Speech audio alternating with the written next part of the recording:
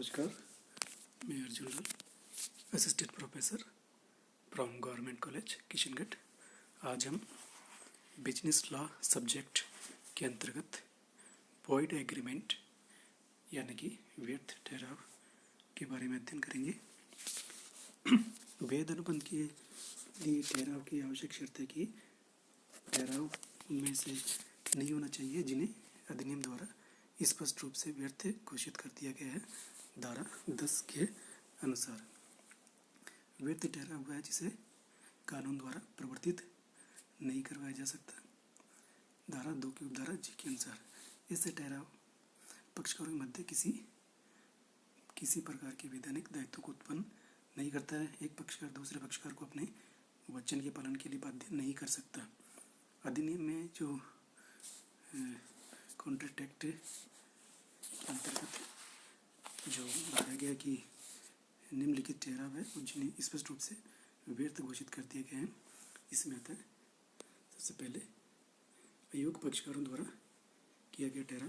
धारा 11 के अनुसार धारा 11 में जो 3 प्रकार के व्यक्तियों में जो अनुबंध करने के लिए अयोग्य घोषित किया गया, जिसे वयस्क अस्वस्थ मस्तिष्क वाले व्यक्ति और राजनियम द्वारा अनुबंध करने के लिए अयोग्य घोषित व्यक्ति, यदि 3 प्रकार के पक्षों द्वारा अनुबंध किया जाता है तो वह ठहराव व्यर्थ होता है। नेक्स्ट आता है तथ्य से संबंधित गलती वाले ठहराव। धारा 20 के अनुसार है जब ठहराव दोनों पक्षकारों के ठहराव में किसी भी आवश्यक तथ्य के संबंध में गलती पर होते हैं तो वह ठहराव व्यर्थ होता है। नेक्स्ट होता है विदेशी राजनियम से गलती वाले ठहराव। जब पक्षकार किसी ठहराव को करते समय किसी दूसरे देश के राजनियम के संबंध में गलती कर बैठते तो ऐसी गलती विदेशी राजनियम से संबंधित गलती कहलाती है। विदेशी राजनियम के संबंध में गलती के आधार पर ठहराव पूर्णतः व्यर्थ होते हैं। धारा 21 के अनुसार नेक्स्ट अवैधानिक प्रतिफल तथा उद्देश्य के ठहराव। जिन ठहराव को प्रतिफल तथा उद्देश्य अवैधानिक होता है उन्हें अनुबंध अधिनियम द्वारा स्पष्ट रूप से व्यर्थ घोषित किया गया है। धारा 23 में कुछ अवैधानिक ठहराव को अवैधानिक एवं उद्देश्य प्रतिफल में माना गया है। जैसे यदि कोई ठहराव राजनियम द्वारा वर्जित है अथवा ठहराव इस पर कपट में है या न्यायालय उस ठहराव को लोकनीति के विरुद्ध समझता है। नेक्स्ट आंशिक अवैधानिक उद्देश्य वाले ठहराव। कई बार ऐसे अवसर रहते हैं जबकि ठहराव आंशिक रूप से वैधानिक होता है तथा आंशिक रूप से अवैधानिक। यदि ऐसे ठहराव में वेद भागों को अलग अलग विभक्त कर लिया जाता है तो वेद तथा अवैध भाग अवैध ठहराव होता है। यदि ठहराव को वेद और अवैध दोनों भागों में अलग अलग नहीं किया जा सकता तो संपूर्ण ठहराव व्यर्थ होता है। नेक्स्ट बिना प्रतिफल के ठहराव। सामान्यतः बिना प्रतिफल के ठहराव व्यर्थ होते हैं। धारा 25 में जहाँ कहा गया कि बिना प्रतिफल के ठहराव व्यर्थ होते हैं, वहाँ कुछ अपवादजनक परिस्थितियों का भी वर्णन किया गया है जिनमें प्रतिफल के अभाव में भी ठहराव वैध होता है। नेक्स्ट विवाह में रुकावट डालने वाला ठहराव। अवैध को छोड़कर किसी भी अवैध व्यक्ति के विवाह में रुकावट डालने वाले ठहराव व्यर्थ होते हैं।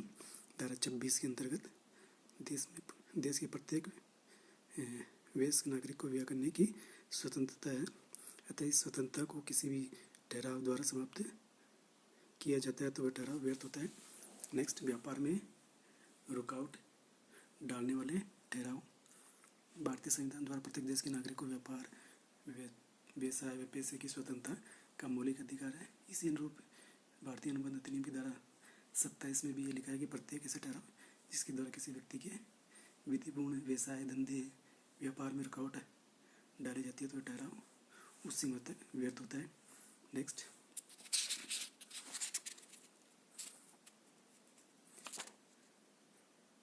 वैधानिक कार्रवाई में रुकावट डालने वाले ठहराव। जब किसी ठहराव का उद्देश्य वैधानिक कार्रवाई में रुकावट डालना वाला होता है तो इसे ठहराव व्यर्थ होता है।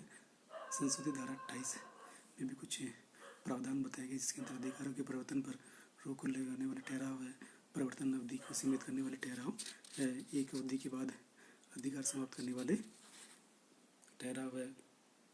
नेक्स्ट आता है अनिश्चितता वाले ठहराव। जब ठहराव इस प्रकार के हो कि उनका अर्थ निश्चित न हो, उनका अर्थ निश्चित नहीं किया जा सकता तो ऐसे ठहराव निश्चित अर्थ वाले होते हैं। ऐसे ठहराव भ्रामक अथवा संदेहास्पद प्रकृति के होते हैं अतः व्यर्थ होते हैं। नेक्स्ट बाजी के ठहराव। सर विलियम्स एंसन ने बताया कि बाजी का ठहराव का ठहराव होता है जिसमें किसी अनिश्चित घटना के निश्चित हो जाने या अभिनिर्णित हो जाने पर धन का मूल्य देने की प्रतिज्ञा होती है। तो बाजी लगाने का एक ठहराव होता है जिसमें दो व्यक्ति किसी निश्चित घटना के विषय में विपरीत विचार रखते हुए परस्पर ये ठहराव करते हैं कि उस घटना के निश्चित हो जाने पर एक दूसरे पर जीत होगी और दूसरा उसको कुछ धन अथवा कोई अन्य वस्तु देगा। तो इस प्रकार की परिभाषा स्पष्ट होता है कि बाजी के ठहराव से ठहर होते हैं जिनमें निश्चित घटनाएं घटित होने पर निर्भर होते हैं। तो इससे ठहराव पक्षकार वह ठहराव करते हैं जैसे निश्चित घटनाएं निश्चित हो जाने या घटित हो जाने पर एक पक्षकार दूसरे पक्षकार को निश्चित धनराशि देगा अथवा प्राप्त करेगा। इस प्रकार के ठहराव किसी पक्षकार का हित निश्चित नहीं होता है। इसमें एक पक्षकार को लाभ होता है दूसरे पक्षकार को हानि होती है। नेक्स्ट आता है असंभव घटना पर आधारित ठहराव। जब कोई ठहराव किसी असंभव घटना की घटित होने पर निर्भर करता है तो ठहराव व्यर्थ होता है, चाहे ऐसी घटना की असंभवता की जानकारी ठहराव करते समय ही क्यों न हो। धारा 36 के अनुसार नेक्स्ट असंभव कार्य को करने के ठहराव।